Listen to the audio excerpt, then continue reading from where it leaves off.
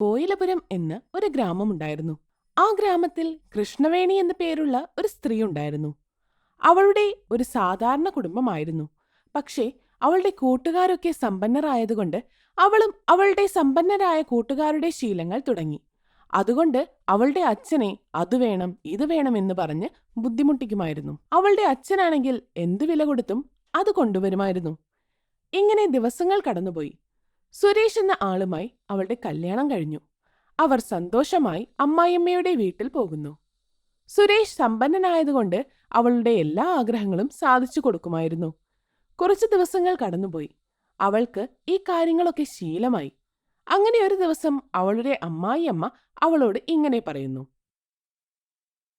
മോളെ, നിനക്ക് വേണ്ടി നിന്റെ ഭർത്താവ് സ്വർണത്തിന്റെ മാല ഉണ്ടാക്കിയിട്ടുണ്ട്. ഇങ്ങനെ പറഞ്ഞ് മാല കാണിച്ചു കൊടുക്കുന്നു. അയ്യേ, ഇത് പഴയ മോഡലാണ്, പുതിയതൊന്നുമില്ലേ? അങ്ങനെ പറഞ്ഞ് അവൾ ആ മാല വലിച്ചെറിയുന്നു. എന്തിനാ മോളെ ഇങ്ങനെ പറയുന്നത്? അത് ഇഷ്ടമായില്ലെങ്കിൽ വീണ്ടും നിനക്ക് വേണ്ടി പുതിയ മോഡൽ ഉണ്ടാക്കാം. നോക്കൂ, നിനക്ക് വേണ്ടി കൊണ്ടുവന്ന സാരികളാണിത്. അത് കണ്ട് ഇതും പഴയ മോഡലാണ്, എനിക്ക് വേണ്ട എന്ന് പറഞ്ഞ് അതും വലിച്ചെറിയുന്നു. അപ്പോൾ അവളുടെ അച്ഛൻ അങ്ങോട്ട് വരുന്നു. അവൾ വലിച്ചെറിഞ്ഞ സാരികൾ അച്ഛന്റെ മുഖത്തേക്ക് വീഴുന്നു. അദ്ദേഹത്തെ കണ്ട് അമ്മായിയമ്മ ഇങ്ങനെ പറയുന്നു: അകത്തേക്ക് വരൂ ചേട്ടാ, അവൾ കുഞ്ഞല്ലേ, അറിയാതെ ചെയ്തതാ. വരൂ, ഇരിക്കൂ. നിങ്ങൾ നല്ലവരായതുകൊണ്ട് എന്റെ മോളെ സഹിക്കുന്നു. വേറെ ആരെങ്കിലും ആയിരുന്നെങ്കിൽ അവളെ പുറത്താക്കിയേനെ. കൃഷ്ണവേണി എല്ലാം കേൾക്കുന്നു. അച്ഛാ, നിങ്ങൾ എരുതിയിൽ എണ്ണയൊഴിക്കാൻ വന്നതാണോ? അവരവരുടെ കാര്യങ്ങൾ നോക്കുന്നതാണ് നല്ലത്. ആരെ പറഞ്ഞ ഇങ്ങോട്ടേക്ക് വരാൻ? ഇവിടെ ഭക്ഷണം കിട്ടുമെന്ന് വിചാരിച്ചു വന്നതാണോ? കുറച്ച് നാണം പോലും ഇല്ലല്ലോ ഇവിടെ വന്ന് കഴിക്കാൻ. അവളുടെ വാക്കുകൾ കേട്ട് അച്ഛന് വിഷമമാകുന്നു.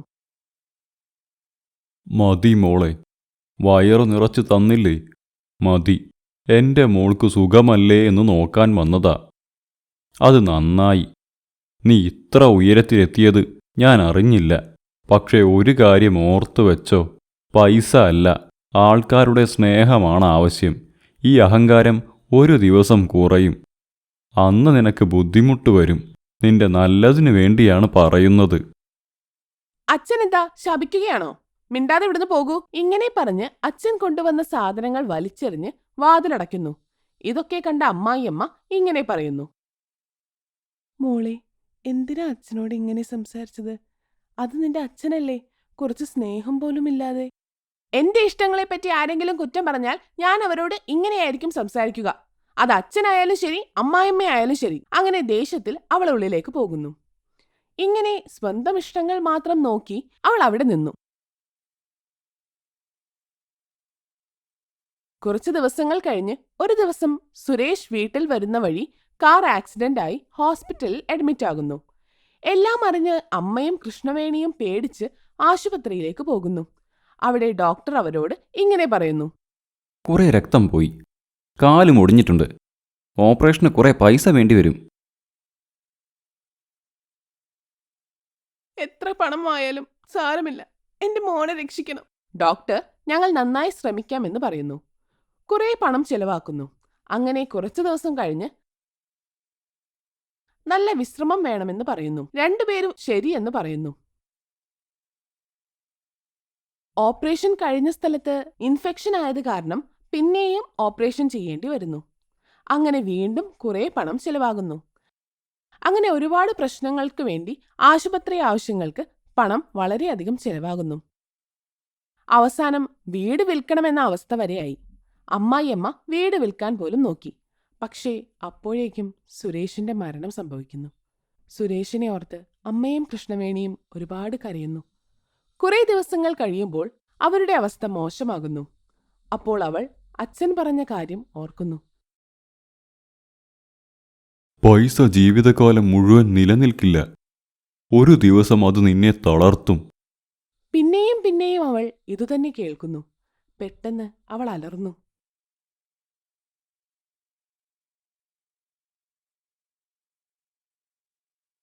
ഇല്ല, ഇങ്ങനെ ഒരിക്കലും സംഭവിക്കില്ല. ഇങ്ങനെ ഉച്ചത്തിൽ അലറുന്നു. അത് കേട്ട് അമ്മായിയമ്മ പറയുന്നു: എന്തു പറ്റി മോളെ, എന്തു പറ്റി നിനക്ക്? ഒന്നുമില്ല അമ്മായിയമ്മേ. ഇങ്ങനെ അവൾ മറുപടി കൊടുത്തു. പോയി വിശ്രമിക്ക്. മോക്ക് തീരെ വയ്യ, നല്ല ക്ഷീണമുണ്ട്. അപ്പോൾ അവൾ അവിടെ നിന്ന് പോയി വിശ്രമിക്കുന്നു. അന്ന് രാത്രി അവൾ ഇങ്ങനെ ആലോചിക്കുന്നു. അച്ഛൻ പറഞ്ഞത് ശരിയാവരുത്. ഇത്രയും നാൾ ഞാൻ നന്നായി ജീവിച്ചു. ഇപ്പോൾ പണമില്ല.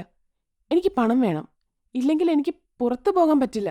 കൂട്ടുകാരുടെ മുന്നിൽ എൻ്റെ വില പോകും. എങ്ങനെയെങ്കിലും പണമുണ്ടാക്കണം. പക്ഷെ ഞാൻ എന്തു ചെയ്യും? എന്തു ചെയ്യും? കൃഷ്ണവേണി ഇങ്ങനെ ആലോചിക്കുകയായിരുന്നു. അപ്പോൾ പെട്ടെന്ന് ഇങ്ങനെ ചിന്തിക്കുന്നു. അമ്മയ്ക്ക് വയസ്സായില്ലേ? 2 കാലും ഒടിക്കാം. ഭ്രാന്ത് പിടിച്ച് എന്ന് സമൂഹത്തെ ബോധിപ്പിക്കാം. ഓപ്പറേഷന് പണം വേണമെന്ന് പറഞ്ഞ് ഫേസ്ബുക്കിലും ട്വിറ്ററിലുമൊക്കെ വീഡിയോ ഇടാം. കിട്ടുന്ന പണം കൊണ്ട് എനിക്ക് അടിച്ചു പൊളിക്കാം. അവൾ ഇങ്ങനെ ചിന്തിക്കുന്നു. ആ രാത്രി മരുമകൾ അവളുടെ അമ്മായിയമ്മയുടെ 2 കാലും ഒരു വലിയ വടിയെടുത്ത് അടിച്ചൊടിക്കുന്നു. അപ്പോൾ അമ്മായിയമ്മ ഉച്ചത്തിൽ അലർന്നു. അയ്യോ അമ്മേ, അമ്മേ! ശബ്ദമുണ്ടാക്കാതെ കിളവി. ജീവിതകാലം മുഴുവൻ ഇനി ഇങ്ങനെ ജീവിച്ചാൽ മതി. വരുന്ന പണം മൊത്തം എൻ്റെ ആവും. ഇങ്ങനെ കരുണയില്ലാതെ അവൾ സംസാരിക്കുന്നു. അതിനുശേഷം കുറച്ചു ദിവസം അവനെ മുറിയിൽ പൂട്ടിയിടുന്നു. ഭക്ഷണം പോലും കൊടുക്കുന്നില്ല. അമ്മായിയമ്മ നന്നായി ക്ഷീണിക്കുന്നു. മോളെ കൃഷ്ണവേണി, കാലു പിടിക്കാം. എനിക്ക് കുറച്ച് ഭക്ഷണം തരൂ. നിനക്ക് പുണ്യം കിട്ടും. വിശക്കുന്നു മോളെ. അമ്മായിയമ്മ ഇങ്ങനെ വിഷമിക്കുന്നു. എന്നിട്ട് ഉച്ചത്തിൽ കരയുന്നു. പക്ഷേ കൃഷ്ണവേണി ഒരു ദയയും കാണിച്ചില്ല. 2 ദിവസം കൂടി ക്ഷമിക്കമ്മായമ്മേ.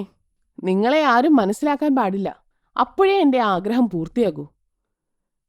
അത് കേട്ട് അമ്മായിയമ്മ വിഷമിച്ച് കരയുന്നു.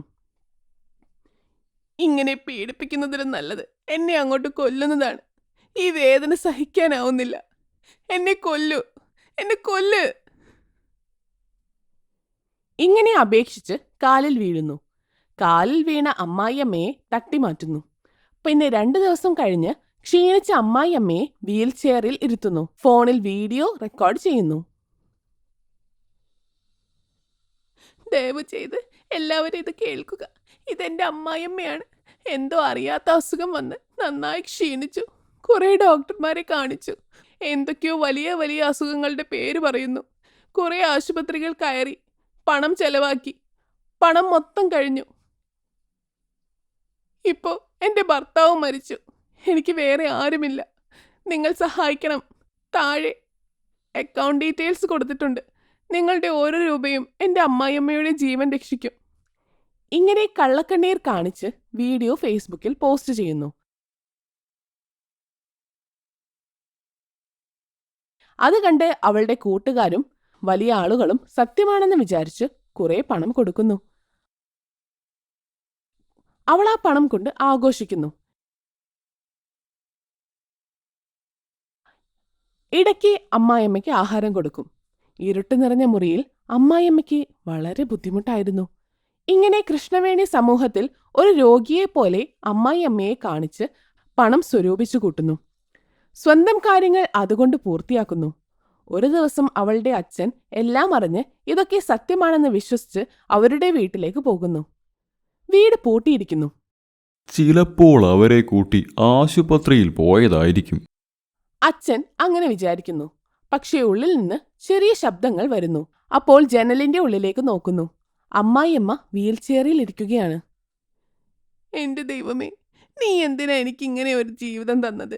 ഇതിനേക്കാൾ നല്ലത് എന്നെ കൊല്ലുന്നതാണ്. അമ്മായിയമ്മ ഇങ്ങനെ അലറുകയായിരുന്നു. അതുകണ്ട് അച്ഛന് വിഷമമാകുന്നു.